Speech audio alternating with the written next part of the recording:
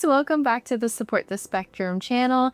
Today we're going to answer the question, are you neurodivergent? Well, I'm going to help you answer that question today because it is so often a reflective question that people are asking themselves these days and always. But you do have these different sides to society where some people are saying, everybody's neurodivergent these days, and you're not neurodivergent because you have some quirks. And then other people who are saying, validating myself with my neurodivergent diagnosis has helped me so much in my life. And I'm more leaning towards that side where you are deserving of accommodations if you find little differences in yourself or it just makes your day easier or whatever the case. But if you are truly confused, if you are not sure whether you are neurodivergent or not, I hope this video brings you clarity. Let's get right into it with some general questions or general characteristics of neurodiversity that you should look out for. Number one, if you have always felt a little different, if you look around your peers or around your social groups and you feel different than everyone, that might be a little indication that you may be neurodivergent. Two, if you are masking, if you are picking up on other people's personality traits or the different things that people say, writing and practicing different scripts or trying to mirror certain neurotypical body language or whatever the case, you may be neurodivergent if you feel like you are performing and masking all day long to get through social or work situations, and then it leads to burnout, extreme shutdown, extreme meltdown, and differences in your productivity or quality of life. You may be neurodivergent. I think masking is the biggest sign that you are possibly divergent from a majority of the population, because I'll tell you, a majority of the population, they are being authentic. They may tailor little things depending on their social situation, code switch if they're at work or with friends or whatever, but for the most part, a majority of the population is speaking their mind, is processing authentically, and so if you find that you are not, might be an indication that you are neurodivergent. I very often get the question, am I neurodivergent? I express that I'm neurotypical online sometimes in my videos, and I have people messaging me, leaving me comments saying, oh, you're neurotypical? I just assumed you're a neurodivergent because you seem to connect to the community. And while I understand why people would think that I must be in order to connect and understand neurodivergent people, it's something that I personally haven't reflected on too much. And I'll talk about my personal experience with that at the end of this video today. Let's go through diagnosis by diagnosis. There are so many diagnoses that fit under the umbrella of neurodivergent. Autism, ADHD, OCD, dyspraxia, apraxia, Tourette's, a PDA profile, so many, hyperlexia, graphia, a calcula, and then there are so many co-occurring conditions where it's kind of layered. Like somebody could have sensory processing disorder and alexithymia and agraphia and ADHD and everything together, you know? So there might be certain things that are fitting for multiple diagnoses, and there may be many co-occurring conditions. So let's start with autism. You might be autistic if you have extreme sensory sensitivities or you're quick to become fatigued by sensory experiences. Maybe one day or with one activity you're extremely sensory seeking, but perhaps you're sensory avoiding in other activities. I do have an entire video on sensory seeking and sensory avoiding. Watch that to understand. But this characteristic of someone with autism also aligns with sensory processing disorder. It's really common to feel overwhelmed by sensory experiences or really crave sensory experiences. Another characteristic of autism is that you have pretty intense motivated interests, also known as special interests. I have a whole video on that as well.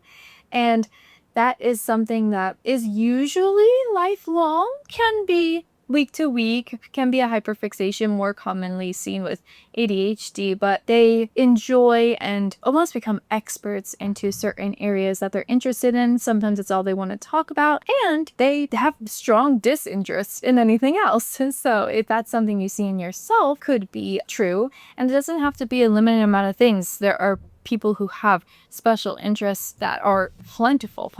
Also, someone who is autistic really craves routine, really craves structure, feels uncomfortable if things stray from the routine. It can be really dysregulating. Emotional regulation difficulties can sometimes be within the autism profile. Also, you might find social rules confusing or exhausting. You don't really see the point in engaging in social rules. You will, however, engage in repetitive behaviors, whether that's echolalia or echologia, which is echolalia in your mind, or certain repetitive movements that are self-stimulatory. You might have, again, those co-occurring conditions like struggling with identifying how other people feel, reading facial expressions, that alexithymia, or identifying how you feel. And that is part of that interoceptive sense that we also talked about on this channel that a lot of autistic people have trouble with. They have trouble with reading their own body's cues and understanding how they feel in the moment, and it might take extended processing time to understand and reflect on situations. So if you find that in your life you struggle to come up with the response that you really mean to say in the moment and takes you hours or days to formulate that response, it could be an indication that you have some interoception difficulties or you may be autistic. Another part of that interoception difficulty is being able to tell when you're hungry, temperature you are, when you have to go to the bathroom, stuff like that. So again, if you find that you have difficulty listening to your body's cues, it could be a sign that you are autistic. If you frequently use self-stimulatory behaviors, could also be an indicator that you are autistic. And something that I forgot to touch on in the beginning of the video is that if you are someone who has been diagnosed with other more personality disorders or mental health disorders, if you've been diagnosed bipolar, if you've been diagnosed with anxiety, depression, you are part of the group that may be neurodivergent and misdiagnosed. The groups that are most likely misdiagnosed are women, people of color, and trans/non-binary individuals. Those groups are so often misdiagnosed to have some other mental health issue rather than being validated as neurodivergent. So if you find yourself within those groups and any of these other characteristics or indicators it's really like pinging for you, might be worth looking into. And now we're going to get into ADHD indicators. There are so many people who are ADHD, autistic, and have ADHD. So imagine that you experience both of those indicators at once. Might be worth thinking about. If you struggle to focus on things that don't interest you, but you can hyper focus on things that do interest you. If you have difficulty initiating or finishing activity, that could be an indicator that you have ADHD. If you have trouble with time management, planning, organization, or following through, which is the definition of executive dysfunction, you have dysfunction with your executive functions, your meta-analysis, metacognition, your ability to emotionally regulate, which can lead to hyperactivity, feeling like you're constantly on the go, or impulsivity, acting out without really thinking things through.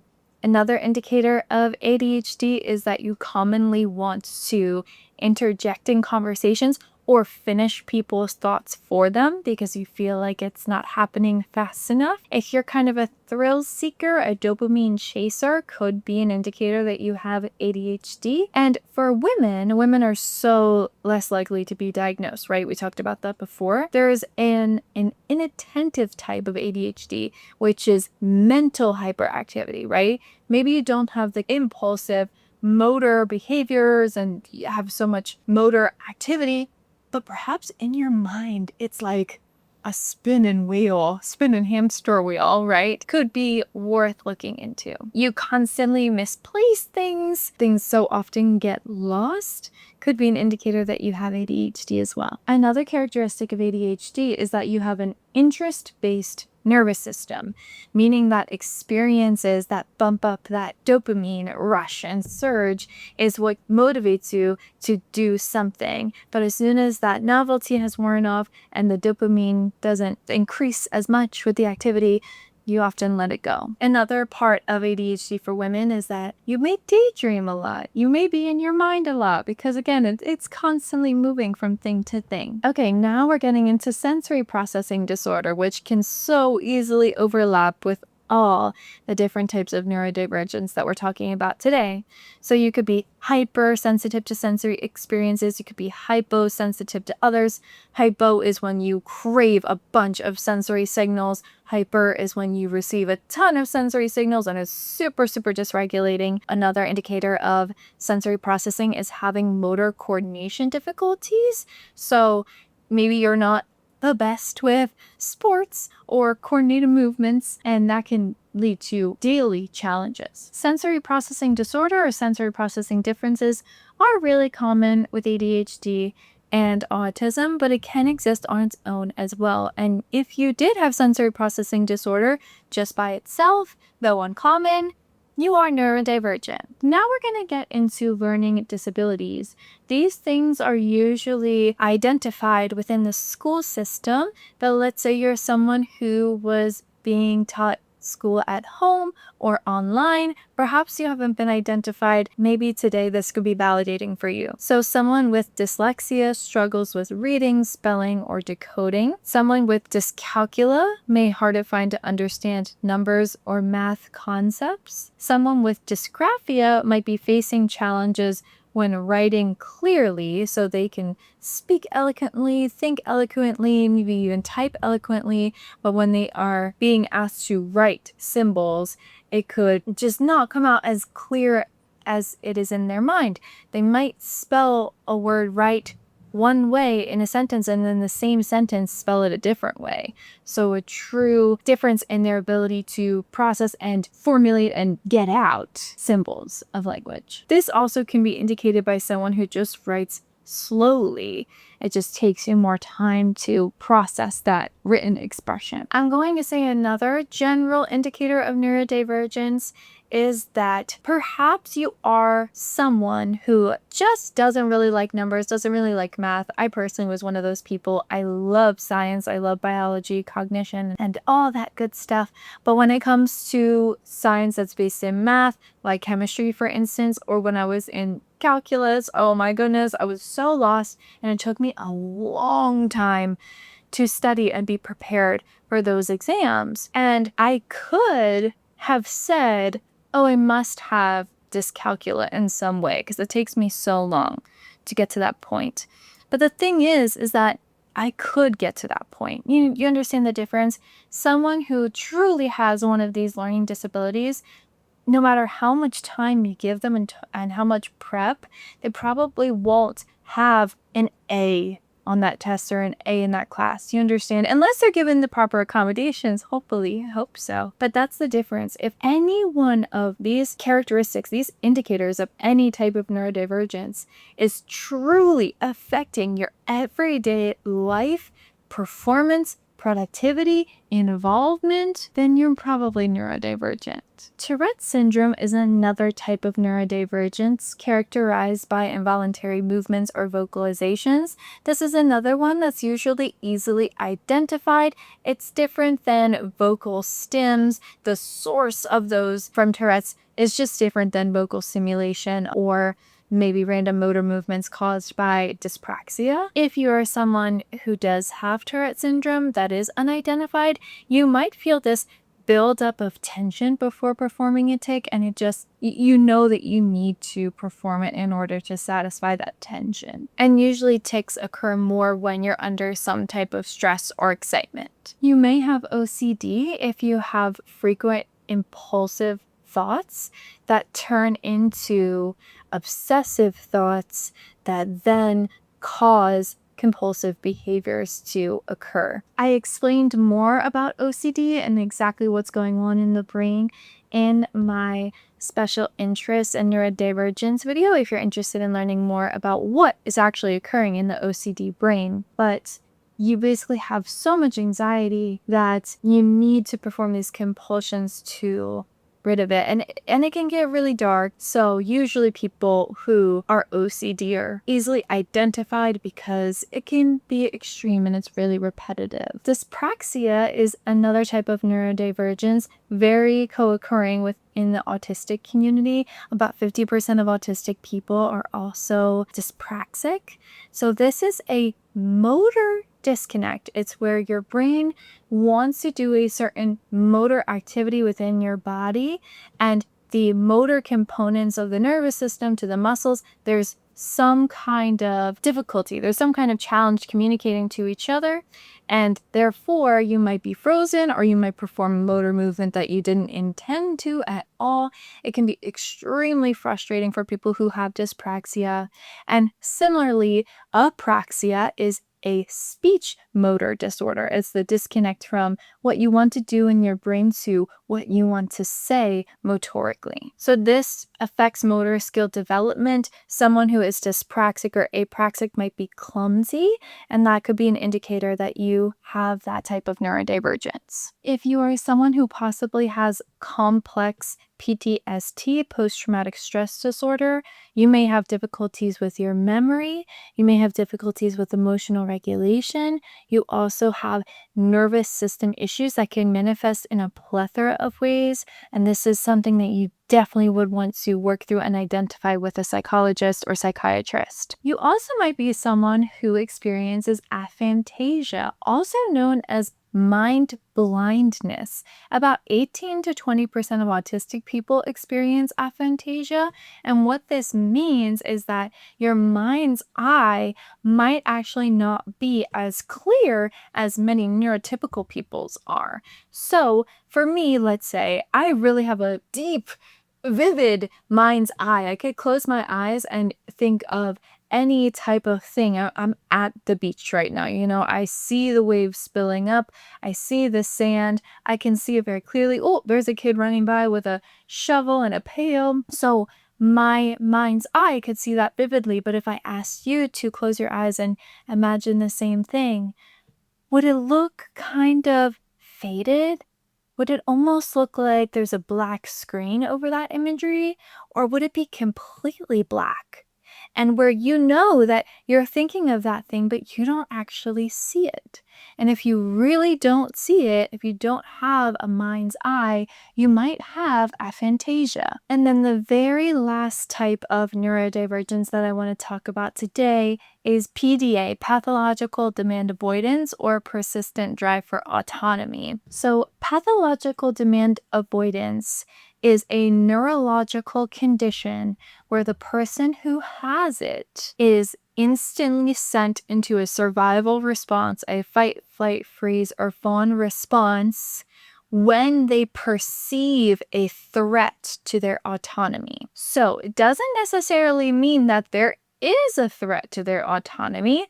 Doesn't necessarily mean that you're taking away their independence and individuality. But if they perceive that you are, their body instantly goes into a survival response. And PDA is traditionally seen as a profile of autism. Usually people only believe that people are PDA if they are also autistic. But there is a professional named Casey Ehrlich, or Ehrlich. Sorry, I don't know how to say her last name, Casey.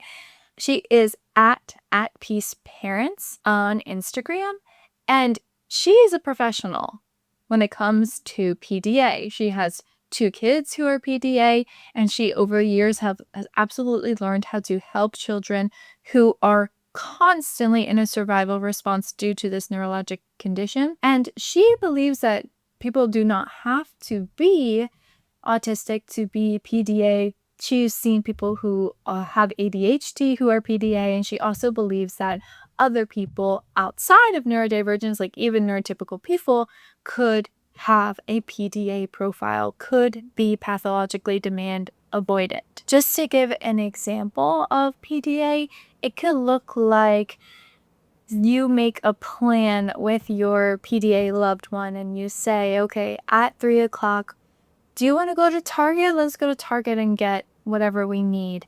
And they say, yep, sounds good. And 3 o'clock comes and we say, okay, we're going to take your cousin too since she's here with us. And that small, seemingly small change in the plans and in that person's authority to make that decision changed, and it instantly turns into a, oh my God, I can't believe you do that, a fight response, or maybe it turns into a freeze response where they just shut down for the rest of the day. It could turn into a flight response where they run away up to their room, seriously upset. And even though that is seemingly a small change to the plan, it set off a threat in their body. It's as if you threatened them and their body went into that survival response. The reason that I left PDA for the end of the video is because I did promise that I would talk about my personal experience with neurodivergence, since people ask all the time if I'm neurodivergent.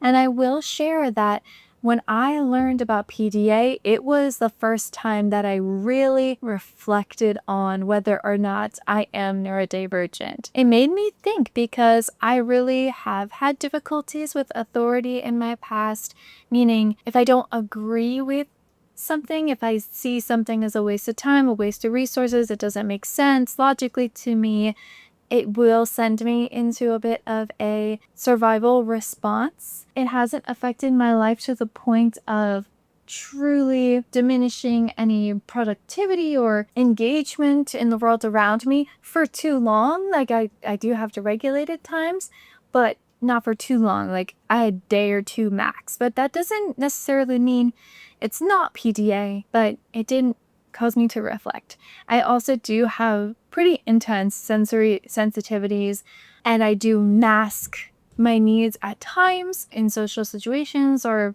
with my peers or my people around me.